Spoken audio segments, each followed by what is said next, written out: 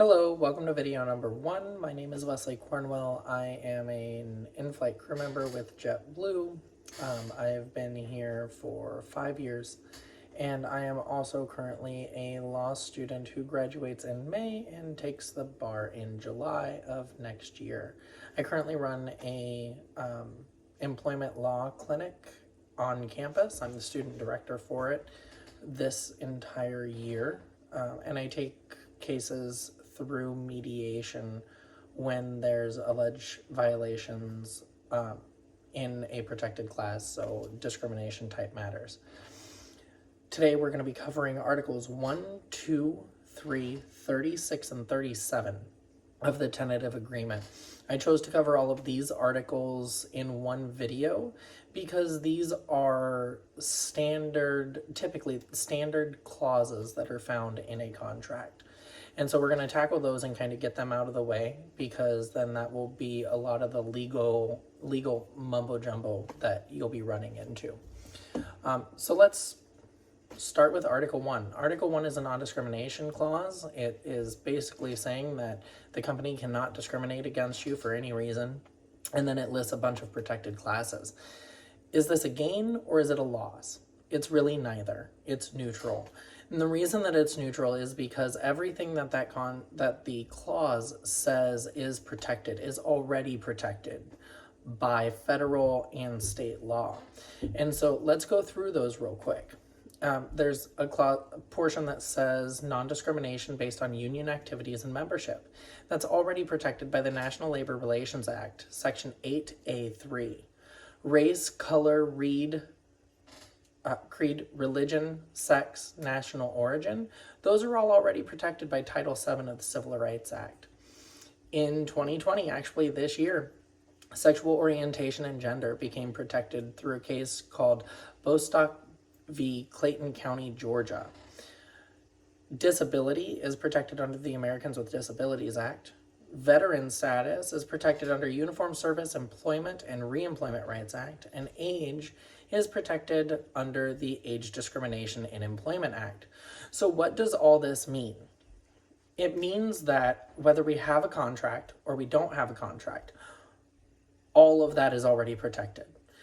In fact, when it comes to discrimination, you don't even have to sue a company in order to exercise your rights. You can just go to the Equal Employment Opportunity Commission and file a claim there.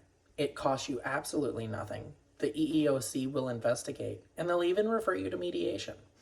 That is part of what the clinic that I run does, is we take claims like this and we take them all the way through mediation. If it resolves, it resolves. If it doesn't, then it goes into the investigatory process and then possibly to court. But at the end of the day, Article 1 is neither a gain nor a loss for us. It is a typical non-discrimination clause, and it lists everything that is already protected by law. I'm not saying that to say that, someone's trying to pull the covers over us and make it look better than what it is. It's very, very common to have a non-discrimination clause in a contract, even though it's really unnecessary. Let's go to Article 2. Article 2 is the status of the agreement. It's really just legal language. And so when we look at it, the clause says it is expressly understood and agreed that when this agreement is accepted by the parties and signed by their authorized representatives, it will supersede any and all agreements existing or previously executed between the company and any union affecting the in-flight crew members covered hereunder, unless otherwise agreed to in writing between the union and JetBlue. What does that mean? That is typical legal language that says that whatever your agreements were before, they're gone. Once this is signed, anything that was agreed on before no longer exists. It is no longer enforceable. And so in a sense, you can look at it as that is the paragraph that gets rid of the current ISM and then implements the contract in its place. Again, very common legal language. So it's neither a gain nor a loss. It's neutral because it's normal legal language. Now, if as we go through this contract, you'll notice references to the IBBS and a couple other things. Those are still valid as long as they are not in conflict with the contract. And so what does that mean? It means that if the IBBS says that in-flight crew members can be scheduled for 14 and a half hours, and the contract says that we can only be scheduled for 14 hours, then the contract controls. And so we can only be scheduled for 14 hours. That is not something that the IBBS would ever say. I'm just trying to give you an example of how that conflict would look and how that paragraph solves that conflict. And so what it says is any previous agreement does not exist. The contract exists. The contract is the full agreement unless mentioned somewhere else. And if anything is different than the contract, then the contract is the one that controls. Another example of this is there are some losses in the contract. There are also some gains. And so if the contract does not talk about it, and we currently have it, it does not exist once this contract is signed. Period, point blank, does not exist. All right. And so that's the other part of that contract where it says this contract is the whole agreement. Okay. So let's go to Article 3. We're going to take this section by section. All right. So Article 3 is scope. Let's start with what is scope. The scope of a contract is basically a definition of what the contract is. What does it cover? What does it cover? Who does it cover? When does it start? When does it end? Now, there's another clause that talks about duration, and so we'll get into that later. But the scope is really just general legal language. Again, most of it is general legal language. It says that, for starters, the contract is between JetBlue and the union, period. Okay? And the union is the exclusive representative of the in-flight crew members. In other words, JetBlue can't say, okay, I know some of you are not happy with the union, so we're going to talk to you guys and try to negotiate something different with you guys, and then those that want to be covered by the union, we're going to talk to them and do something different for them. That can't happen. In order for anything to be official, it has to go through the union. It has to be negotiated between the union and JetBlue, because by us signing this contract, we are also agreeing that TWU is the exclusive collective bargaining representative of all in-flight crew members, even if you vote against it. This is, again, common. It's necessary in order to give TWU the authority that it needs in order to close a contract. In Section B, in-flight crew members covered by this agreement shall be governed by all company rules, regulations, or policies previously or hereafter issued by the company which are not in conflict with the terms and conditions of this agreement. That is, again, they can change the rules however they want, as long as the new policy being implemented does not directly contradict the agreement that we have, the contract. Then it's valid and we have to follow it. And so when we get into those references of things to the IBBS, where it leaves the ability to define something in the IBS solely with the company, and it does not mention it in the agreement, I don't like that, because it's referring to what we have now, but as soon as we sign this contract, the company can just change the wording in the IBBS for that clause, and then it's done. It's over. They can do what they want. And part of us voting in the union was to make sure stuff like that didn't happen. And I'll point those out as we go through. But you just really need to be aware of what the company can do and cannot do once this contract is ratified, or any contract is ratified. The right to manage and direct the workforce is vested and retained in the company. It just means that we're still going to have team leads. We're still going to have base leadership. We're still going to have directors, and we're still going to have vice presidents. None of that is changing. They all work for the company. They are the company. They represent the company, and the company gets to manage us, supervise us, and oversee us. And then there's what we call a successor clause, and it makes it more of a what we call a surviving contract. And what that means is in paragraph D, it says this agreement shall be binding upon the parties hereto, their successors, administrators, executors, and assigns. And what that means is if JetBlue sells, then the company that buys has to abide by the contract. If there's a change in leadership, right? Just because Robin Hayes or Joanna might be signing this contract today does not mean that when they get replaced 20 years from now or next year even, the new leadership has to abide by this contract. All right, and so that's really all that means. I'm going to skip the merger, purchase, or acquisition of both another company and of us. I'm going to cover that in video number 2 because I wanted to do a video just on that portion.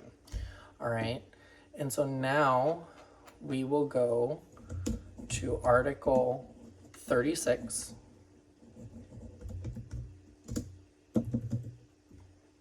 And it's a savings clause. We also refer to this as a severability clause. The savings clause reads, should any part or provision of this agreement be rendered invalid by existing or subsequently enacted legislation, that law, the balance of the agreement shall remain in full force and effect. I want to point out a couple things here. One, it says subsequently enacted legislation. While it limits it to legislation, the way that law works, if there's a court case that comes out that would affect this, that court case would also be considered an enacted legislation, and so it could have the same effect. I just wanted to throw that out. So it's court cases or laws passed by Congress or any legislative branch that has jurisdiction over an airline. There's a lot of other things there that we won't necessarily get into on which legislative body might be valid over another. Just know that if a law is enacted, then and that law says that something in this contract is unenforceable or illegal, then that portion is gone. Okay.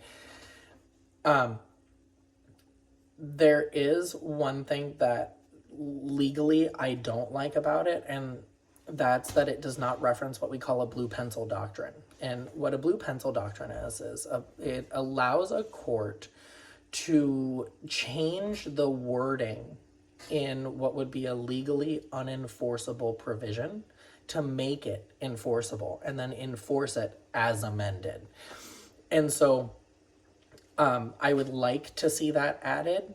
It's not like an end all be all, but what it would do is it would allow a court, if or when this contract was sued on by the either by the union or by JetBlue, and it would allow the court to say, okay, what does this provision mean?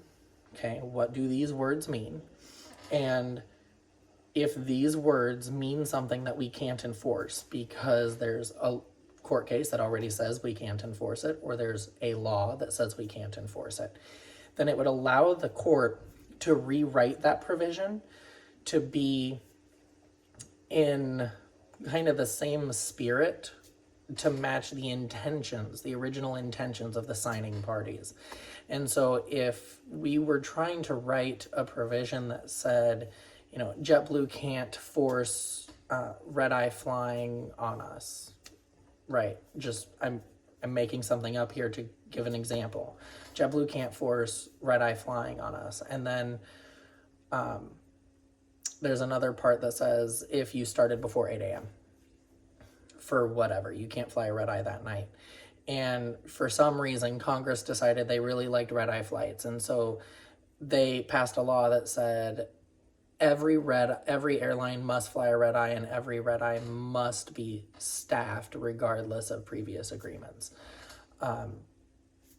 You know, that could be something that could be argued about, and the court would have to look at it and say, well, if Congress is saying that it has to be staffed at all costs, then the only option is for JetBlue to use someone that was assigned before 8 a.m., then sorry, the entire provision is stricken and it's done.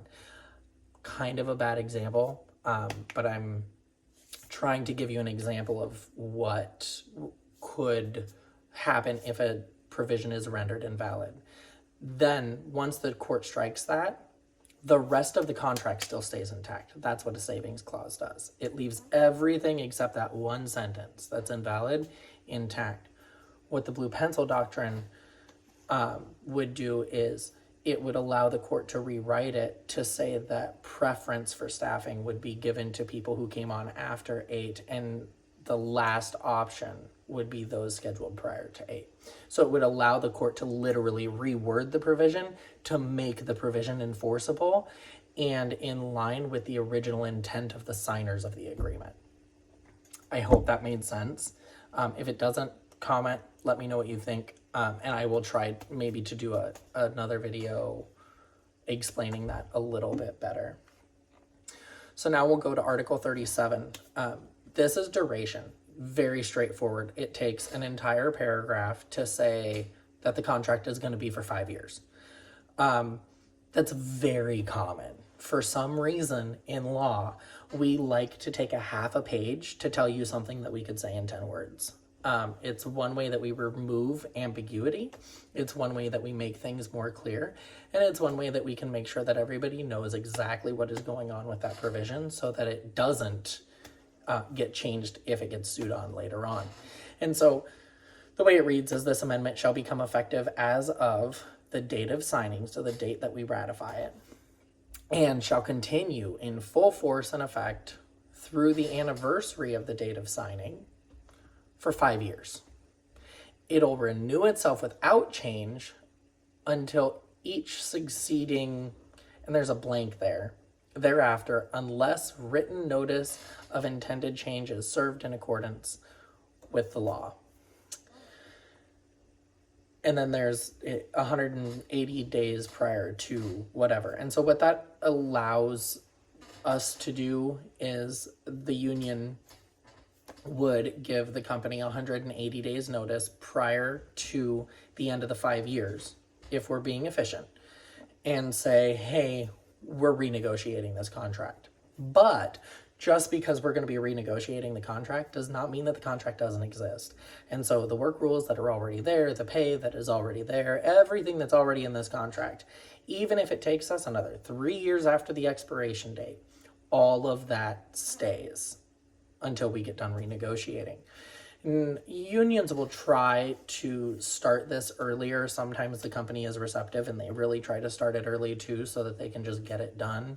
And other times unions are a little lackadaisical and the company is a little lackadaisical. Again, this is standard legal language. It just says that the contract is good for at least 5 years. It will continue to be good after that 5 years until it is renegotiated. And if it's going to be renegotiated, then the party that wants to renegotiate it must give the other party 180 days notice. All right. So that is basically going to be the end of video number 1. I hate saying this, but like and subscribe because then you'll get a notification every time I post a video and I won't have to inundate you with emails. I know this was the first substantive video, so your feedback is appreciated.